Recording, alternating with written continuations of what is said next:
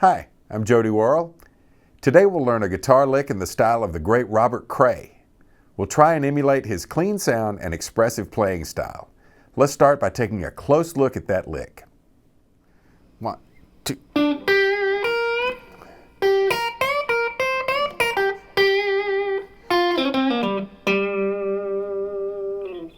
Alrighty, here's our Robert Cray style lick. We're going to start off with a quarter plus an eighth rest. So I'm go 1 and 2, bum, bum, bang, 1 and 2. So our first note is the 7th fret, the 3rd string, followed by the 8th fret of the 2nd string. Then I'm going to play the 6th fret of the 1st string and kind of give it like a little nudge of a bend. And that's all we want, but the trick here is what we don't want is this. We don't want to hear that note die back toward where it started. So what you have to do is bend it. It doesn't even really matter how far. Just ever so slightly, but you got to stop the note with your pick or a finger or something on your right hand so we don't hear. That just sounds weak. We just want it, we want our mind's ear, if you will, to kind of complete that bend. We just want to hear it start going in that direction. All right, having done that, you'll notice that there's a rest at the beginning of the 2nd bar, so that means silence, and we created that silence by stopping that previous note. So a hole really means a hole. And we can't let notes just bleed through just because there's not a new note that's supposed to be there. So we'll do 1 and 2. 1.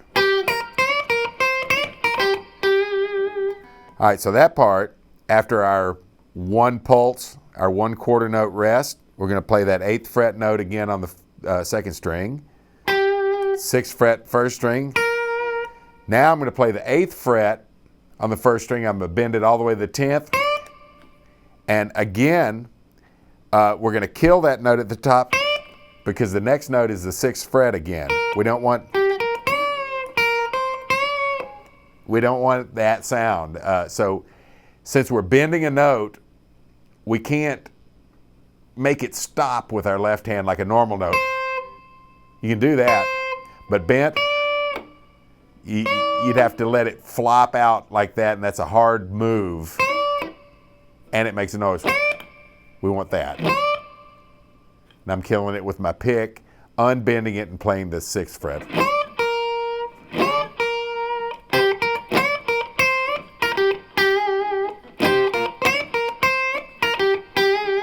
So we play the 8th, 6th, bend, kill it, come down to 6, then play the 8th fret again, and then bend it. You can strike that again if you want to. Or that bend has to be positive. You have to know where you're going. It's not a hunt and peck. Where is it? No, not that. Because the very next note after that bend, again, is back to 6. We can't have that note die. We're literally doing this.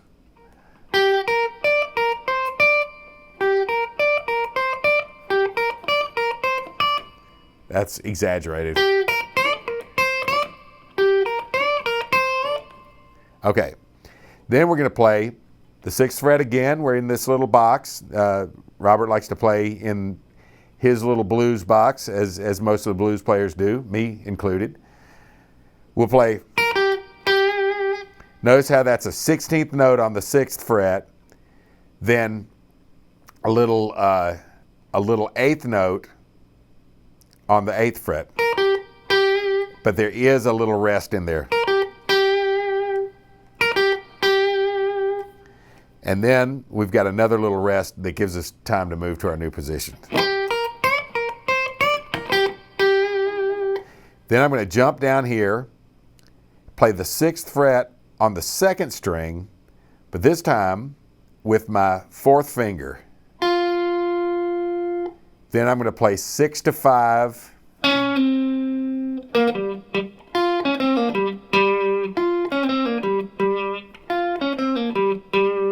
Sixth fret second string, 6 to 5 on the third, both with the third finger.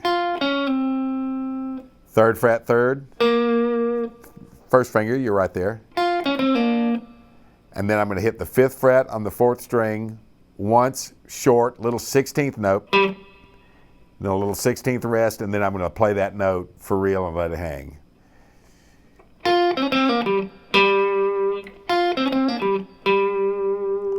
The whole thing, 1 and 2.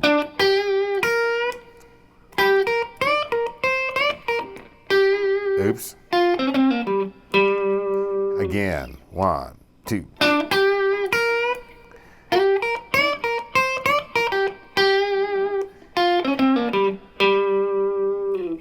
And there's our Robert Cray lick.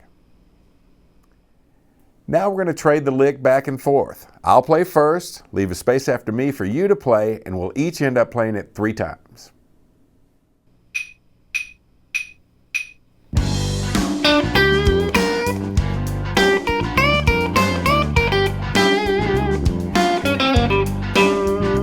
Now you.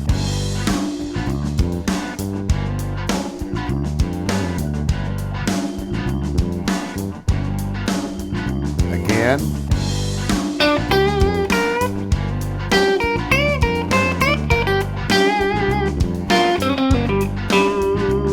And you.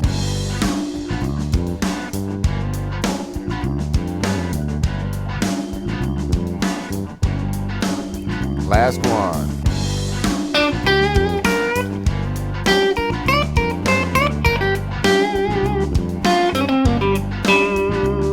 And yours.